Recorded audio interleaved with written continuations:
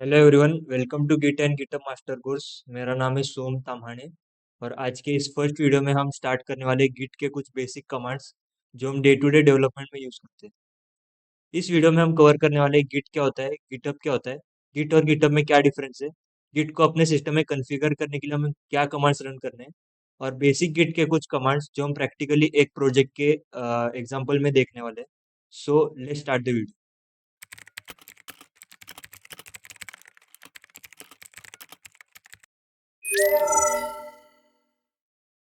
सबसे पहले हमें इंस्टॉल करना है वीएस कोड। तो उसके लिए हम लिखेंगे वीएस कोड डाउनलोड। पहले लिंक पे विजिट करके हमें डाउनलोड कर लेना है विंडोज़ के लिए। आप अपने सिस्टम के अकॉर्डिंग डाउनलोड कर सकते हैं। उसके बाद हम डाउनलोड करेंगे गिट को। सो उसके लिए लिखेंगे गिट डाउनलोड। इस लिंक पे क्लिक करके हमें अपने सिस्टम के लिए डाउनलोड कर लेना है। मैं विंडोज़ के लिए डाउनलोड कर रहा हूँ। डाउनलोड करने के बाद हमें वीएस कोड को पहले इंस्टॉल कर लेना है। इस सेटअप पे क्लिक करेंगे, आई एक्सेप्ट द एग्रीमेंट, और सारी डिफ़ॉल्ट कॉन्फ़िगरेशन को टिक करके हमें आगे बढ़ना है। ये चेक बॉक्स को टिक रखेंगे ताकि हम अपने फ़ोल्डर में वीएस कोड को ओपन कर पाएँ, और इंस्टॉल पे क्लिक करना है।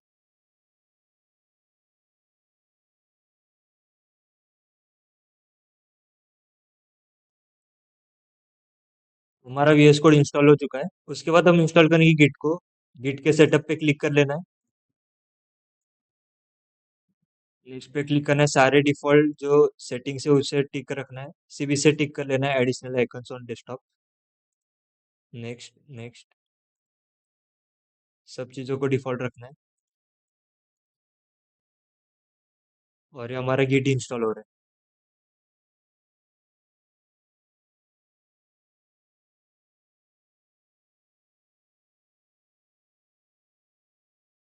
हमारा गिट भी इंस्टॉल हो चुका है। इसे चेक करने के लिए हमें पहले सबसे पहले हमें टाइप करना है सीएमडी पे गिट माइनस माइनस वर्जन।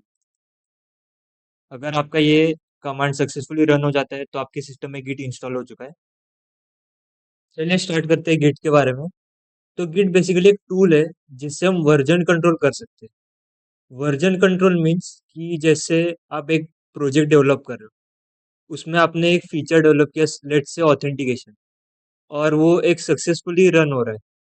अगर आप नेक्स्ट फीचर डेवलप कर रहे हो, लेट्स से लॉगिन, और let's say you are developing any other feature, और उसको डेवलप करते समय आपके प्रोजेक्ट में एरर्स आने लगे, और जो प्रीवियस कोड था वो भी चलना बंद हो गया, तो ऐसी सिचुएशन में आप सोल्यूशन क्या कर सकते हैं कि जो आपका पहला कोड है उसकी अलग से कॉपी रखेंगे, और दूसरी कॉपी में हम जो अगला फीचर है उसको एडिट करेंगे। पर अगर हमारा एक प्रोजेक्ट बहुत बड़ा है तो हमें ऐसे जो कॉपीज है उसको मैनेज करना बहुत डिफिकल्ट हो जाएगा, और जो हमारे सिस्टम में उसका जो स्पेस है वो भी ज़्यादा बढ़ने लग जाएगा। तो उसके लिए हम यूज़ करेंगे गिटहब। गिट क्या करता है कि गिट हमारा जो वर्जन है उसको कंट्रोल करता है।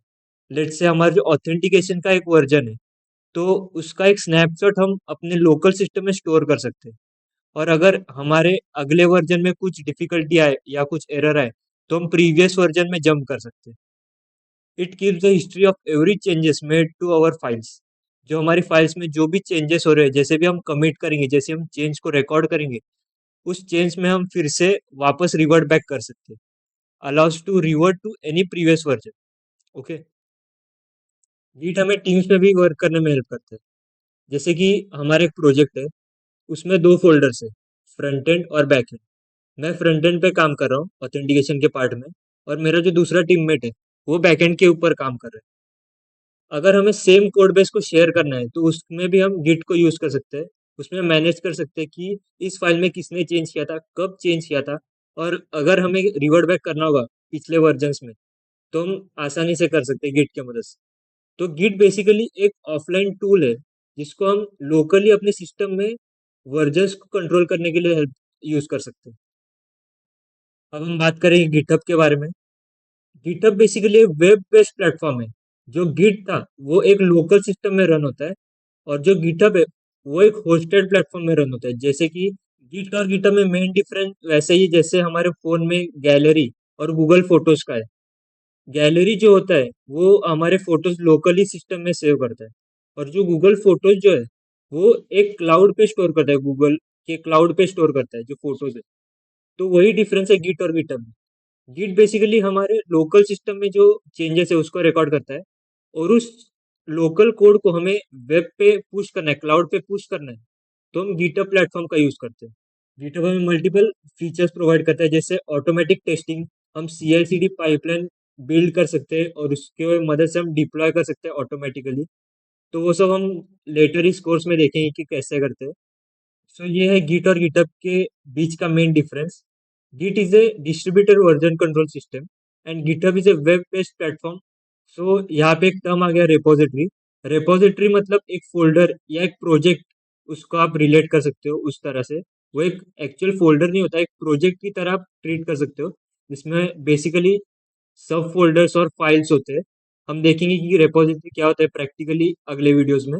गिट क्या करता है, अपने लोकल सोर्स कोड को ट्रैक करने में हेल्प करता है, और गिटहब क्या करता है, उस लोकल कोड को एक सर्वर पे या एक होस्टेड प्लेटफॉर्म पे प्रोवाइड करता है।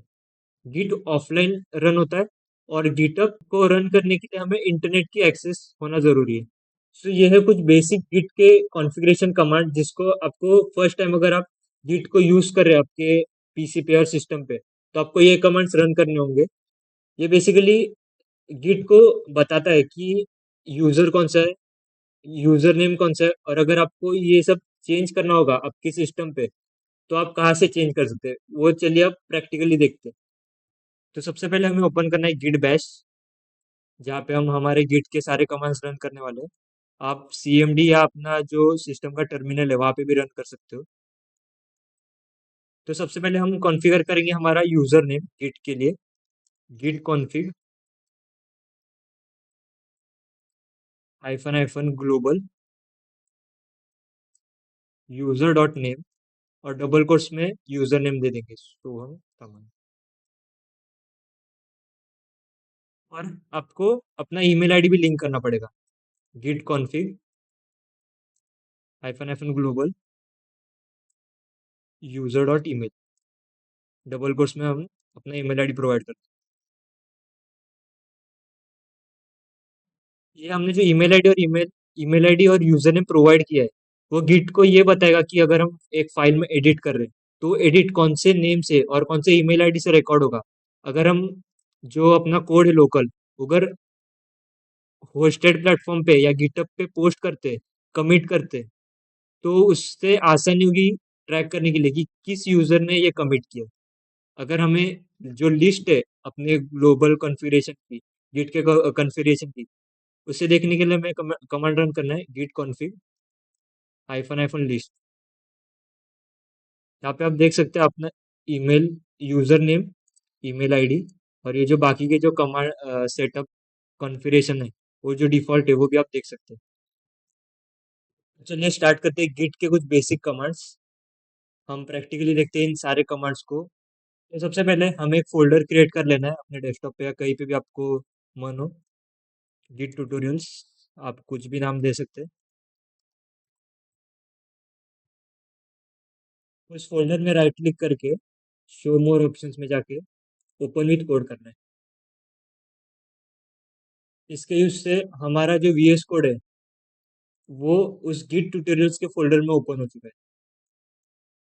तो यहाँ पे हमें अपना टर्मिनल ओपन कर लेना है। आप यहाँ से टर्मिनल ओपन कर सकते हैं, न्यू टर्मिनल, या फिर शिफ्ट और बैकटिक भी दबा के इसको ओपन कर सकते हैं। इस टर्मिनल पे हम गिट के सारे कमांड रन करने वाले हैं। तो सबसे पहले गिट को इनिशियलाइज कर देते हैं, गिट इनिट। जैसे ही मैं गिट इनिट को प्रेस करूंगा, एंटर प्रेस करूंगा, आप यहाँ पे देखिए फोल्डर में एक डॉट गिट फोल्डर क्रिएट हो जाएगा ऑटोमेटिकली। आप देख सकते हैं यहाँ पे एक डॉट गिट फोल्डर क्रिएट हो चुका है। इस डॉट गिट फोल्डर में जो हमारे लोकल चेंजेस है, वो जो हम कमिट करेंगे, वो सब इस फोल्डर में सेव हो जाते हैं। अगर हम इस फोल्डर को डिलीट कर देते हैं तो हमारे जो लोकल चेंजेस है वो भी डिलीट हो जाएंगे। हमें फिर शुरुआत से, स्टार्ट से हमें जो कमांड्स है और जो चेंजेस है उसको रिकॉर्ड करना पड़ेगा। हमारा फर्स्ट कमांड रन हो चुका है गिट इनिट। गिट इनिट से क्या हुआ, हमारी एक एम्प्टी जो फोल्डर है, एम्प्टी रेपोजिटरी, वो इनिशियलाइज हो चुकी है। अब अगर गिट स्टेटस हम रन करेंगे, स्टेटस, गिट स्टेटस क्या करता है, हमारा जो फाइल्स है उसको ट्रैक करता है, वो कौन से स्टेट में। तो हमारे गिट में 4 स्टेजेस होते हैं। पहला है अनट्रैक्ड, स्टेज्ड, कमिटेड एंड मॉडिफाइड। तो सबसे पहले हम एक नया फाइल क्रिएट कर लेते हैं, data dot T X T के नाम से, आप कुछ भी नाम दे सकते हैं। यहाँ पे कुछ भी हम रैंडम डेटा एक टाइप कर देते हैं, नेम्स। जिस स्टेटस को रन करेंगे तो आप देखेंगे data dot T X T वो आ चुका है। और ये जो कलर है वो भी इम्पोर्टेंट है, जो रेड कलर है इसका मतलब क्या है, वो अभी अनट्रैक्ड है या फिर वो मॉडिफाइड स्टेट में। अनट्रैक्ड मीन्स कि उस फाइल को अभी हमने कमिट करने के जर्नी में इंक्लूड ही नहीं किया। जैसे कि जैसे ही हम गिट ऐड और data dot T X T करेंगे, data dot T X T, वो एक स्टेज स्टेट में चला जाएगा वो फाइल। स्टेज स्टेज में मतलब कि उस फाइल को हम अभी कमिट कर सकते हैं। जो फाइल स्टेज एरिया में होते हैं वही सिर्फ कमिट होते हैं। जो फाइल अनट्रैक्ड होती है उसको हमें उसको हम कमिट नहीं कर सकते। उसको कमिट करने के लिए हमें पहले स्टेज एरिया में ऐड करना पड़ेगा। उसके लिए हम जो कमांड है वो रन करते हैं, गिट ऐड, और जो फाइल का नाम है वो। अभी हम गिट स्टेटस रन करेंगे, कमांड गिट स्टेटस। तो आप देख सकते हैं चेंजेस टू बी कमिटेड, और न्यू फाइल है, और data dot T X T. इसका मतलब है, ये ग्रीन कलर का मतलब है कि ये अभी स्टेज एरिया में मूव हो चुके हैं, पर ये कमिटेड नहीं है। कमिटेड मतलब वो जो फाइनल हमारे डॉट गिट फोल्डर में जो सेव होता है वो सेव नहीं हुआ है, वो एक बफर में स्टोर हो चुका है। हम कुछ और भी फाइल्स ऐड कर लेते हैं, new dot T X T, D B dot T X T, और इसमें कुछ रैंडम एक डेटा इसमें ऐड कर लेते हैं, डॉरम 100 करके कुछ। ओके। अगर हम अभी गिट स्टेटस रन करेंगे तो ये देखिए जो हमारा data dot T X T है वो एक स्टेज एरिया में, और DB dot T X T और new dot T X T है वो अनस्टेज एरिया में। अगर मैं इस data dot T X T में भी अगर कुछ एडिट करूँ, लेट से मैंने कुछ ऐड किया और मैंने अगर फिर से ये चेंज किया, तो आप देख सकते हैं कि ये मॉडिफाइड स्टेट में और ये अनट्रैक स्टेट में। अगर मुझे सारे जो फोल्ड फाइल्स है या फोल्डर्स है उसको मुझे एक साथ स्टेज एरिया में मूव करना होगा, तो हम टाइप करें गिट ऐड और डॉट। आप देख सकते हैं हमारे सारे जो फाइल्स या फिर फोल्डर्स अगर हमारे प्रोजेक्ट में प्रेजेंट होंगे वो तो सारे स्टेज एरिया में मूव हो जाएंगे। लेट्स से मैं एक और फाइल क्रिएट कर लेता हूँ, Shubham dot T X T कर दूँ। इसमें मैंने कुछ रैंडम डेटा रखा हुआ है, डेटा वन। ओके। अगर मैं गिट स्टेटस अगर रन करूँ तो आप देख सकते हैं कि ये जो फाइल है, new data dot T X T, D B dot T X T और new dot T X T, ये है स्टेज एरिया में, और ये अनट्रैक्ड फाइल्स है। अगर मैं कमिट करूँ, गिट कमिट, जो गिट कमिट का सिंटैक्स है वो है git commit minus M hyphen M, और जो मैसेज है वो हमें दे देना है। मैं लेट से देता हूँ इनिशियल कमिट। आप देख सकते हैं यहाँ पे मैसेज आ चुका है, 3 फाइल्स चेंज, 5 इंसर्शंस। अगर अब हम गिट स्टेटस रन करेंगे, ये जो सोम डॉट टी एक्स टी है वो रेड में आ रहा है, और जो बाकी के जो फाइल्स थे वो सब यहाँ से हट चुके हैं। मतलब ये जो बाकी जो फाइल्स थे, data dot T X T, DB dot T X T और new dot T X T, ये सारे कमिट हो चुके हैं। ये जो फाइनल कमिट है वो इनका हो चुका है। और ये सोम डॉट टी एक्स टी वो कमिट नहीं हुआ है, क्योंकि वो अनट्रैक फाइल्स है। उसे अगर कमिट करना होगा तो उससे स्टेज एरिया में मूव करना पड़ेगा। तो उसके लिए क्या कमांड, मैं ये सब क्लियर कर लेता हूँ सी एल एस से, गिट ऐड और डॉट से ये स्टेज एरिया में आ गए गिट स्टेटस। हमें गिट स्टेटस हर बार रन करने की जरूरत नहीं, हमें सिर्फ देखना है कि क्या हो रहा है इंटरनली। इसलिए मैं गिट स्टेटस रन कर रहा हूँ, आपको हर टाइम रन करने की जरूरत नहीं है डेवलपमेंट की जर्नी में। Git commit minus M second commit. अगर हम अभी देखेंगे गिट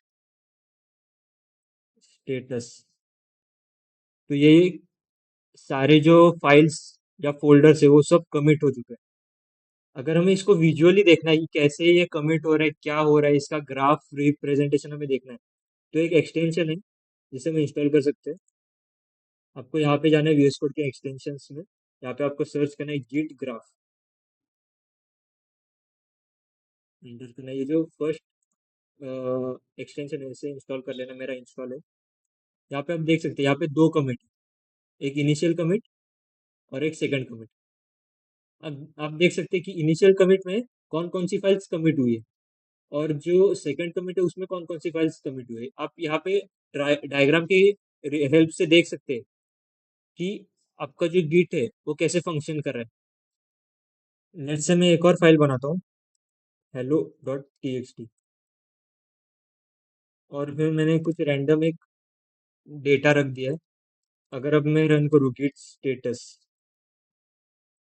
तो आप देख सकते हैं कि ये अनकमिटेड या फिर अनट्रैक्ड स्टेट में, और मुझे जो अनट्रैक्ड फाइल्स है उसको सारे को डिलीट करना है। अगर आप एक प्रोजेक्ट डेवलप कर रहे हैं, उसमें बहुत सारे फाइल्स ऑटोमेटिकली जनरेट हो जाते हैं, जैसे कि VS कोड एक फाइल्स जनरेट करता है डॉट VS कोड के एक्सटेंशन से। जो लॉग फाइल्स है वो जनरेट हो जाती है कभी कभी डेवलपमेंट के जर्नी में। तो उसे हमें कमिट नहीं करना है, उसको हमें ऑटोमेटिकली डिलीट करना है। तो उसके लिए हम ऐड कर सकते हैं ये कमांड git clean। अगर हम ये फ्लैग ऐड करें -n फ्लैग, तो हमें दिख दिख जाएंगे कि कौन से फाइल्स जो क्लीन होने वाले हैं। तो ये देखो, ये आप यहाँ से देख सकते हो, वुड रिमूव hello.txt, मतलब ये जो फाइल है ये अनट्रैक्ड स्टेट में है, और ये रिमूव हो जाएंगी अगर हम git clean कमांड रन करेंगे। तो git clean -f and d, तो -f and d का क्या मतलब है? -f मतलब सारे फाइल्स जो अनट्रैक्ड स्टेट में, और डी मतलब फोल्डर्स या डायरेक्टरीज। अगर इसे हम रन करेंगे तो देखो यहाँ से जो hello.txt है वो फाइल डिलीट हो चुकी है। देखो ये रेड हो चुका है, इसको मैं अगर क्लोज कर दूँ तो यहाँ पे आपको दिखेगा नहीं hello.txt। एक और कमांड है git log करके, git log। यहाँ से आपको जो सारे कमिट्स है उसके सारे रिकॉर्ड्स दिख जाएंगे। यहाँ पे आप देख सकते हैं कि जो फर्स्ट कमिट है, ये इनिशियल कमिट, ये मैसेज था हम लोग ने जो प्रोवाइड किया था कमिट करते वक्त, ये आपको दिख रहा है इनिशियल कमिट। ये कमिट है, किसने कमिट किया है, ऑथर कौन है, ईमेल आईडी क्या है उस ऑथर की, कब कमिट किया है, डेट और टाइम सब आपको यहाँ से दिख जाएगा। और ये कौन से ब्रांच में कमिट हुआ है वो भी आप यहाँ से देख सकते हैं। ये हमारी कमिट आईडी है, इसको हम यूज करके बहुत कुछ आगे करने वाले हैं। आगे की वीडियोस में आप देख सकते हैं कि ये एक इम्पोर्टेंट आईडी है। अगर हमें रिवर्ट बैक करना होगा, अगर हमें फर्स्ट कमिट जो ये इनिशियल कमिट है इस कमिट में रिवर्ट बैक करना है, तो हम इसी आईडी से कर सकते हैं। वो आगे की कमांड्स में या आगे की वीडियोस में देखेंगे। हेलो, लेट्स से जो कमिटेड फाइल्स है, जैसे कि data.txt, db.txt, जो कमिटेड फाइल्स है उसको मुझे डिलीट करना होगा अपने जो प्रोजेक्ट है उससे। तो उसके लिए मैं एक गिट कमांड रन कर सकता हूँ, गिट rm मतलब रिमूव, और मुझे कौन सी फाइल को रिमूव करना है जो कमिटेड है। अब कमिटेड ये सारी फाइल्स जो है वो कमिटेड ही है। तो अगर मैं db.txt को रिमूव करना चाहता हूँ, तो मैं ये हिट करूंगा तो आप देख सकते हैं कि ये रिमूव हो चुका है। और अगर मैं गिट स्टेटस अगर रन करूँ, तो ये देखो, ये जो फाइल है वो डिलीट हो चुकी है। अगर इस बार हम कमिट करें git commit -m, और मैं इस बार मैसेज दे देता हूँ db फाइल डिलीटेड। आप देख सकते हैं, अभी मैं ग्राफ से आपको दिखा देता हूँ। या हमारा थर्ड कमिट आ चुका है, यहाँ से हम जो db.txt फाइल वो डिलीट कर चुके हैं। यहाँ से देख सकते हो आप, डी दिख रहा है रेड में। ये ए मतलब अपेंड, हम ऐड कर रहे हैं, ऐड या अपेंड आप कह सकते हो। अगर हम यहाँ पे भी टर्मिनल पे गिट लॉग करके देखेंगे, तो आप देख सकते हो कि हमारी जो हिस्ट्री, कमिट की हिस्ट्री, हमें इस लॉग के जो कमांड्स है वो हमें दिखती है। Thank you for watching this video. हमने इस वीडियो में कवर किया है गिट क्या होता है, गिटहब क्या होता है, गिट और गिटहब को हमारे सिस्टम में कैसे सेटअप करते हैं, गिट के कुछ कॉन्फ़िगरेशन कमांड्स और गिट के कुछ बेसिक कमांड्स जो हम डे टू डे डेवलपमेंट में यूज़ करते हैं। अगली वीडियो में हम प्रैक्टिकली यूज़ करेंगे गिट के कुछ कमांड्स हमारे एक्चुअल प्रोजेक्ट में, और उसको गिटहब में कैसे डिप्लॉय करते हैं और पुश करते हैं वो देखेंगे। तो उसके लिए stay tune for next video. Thank you.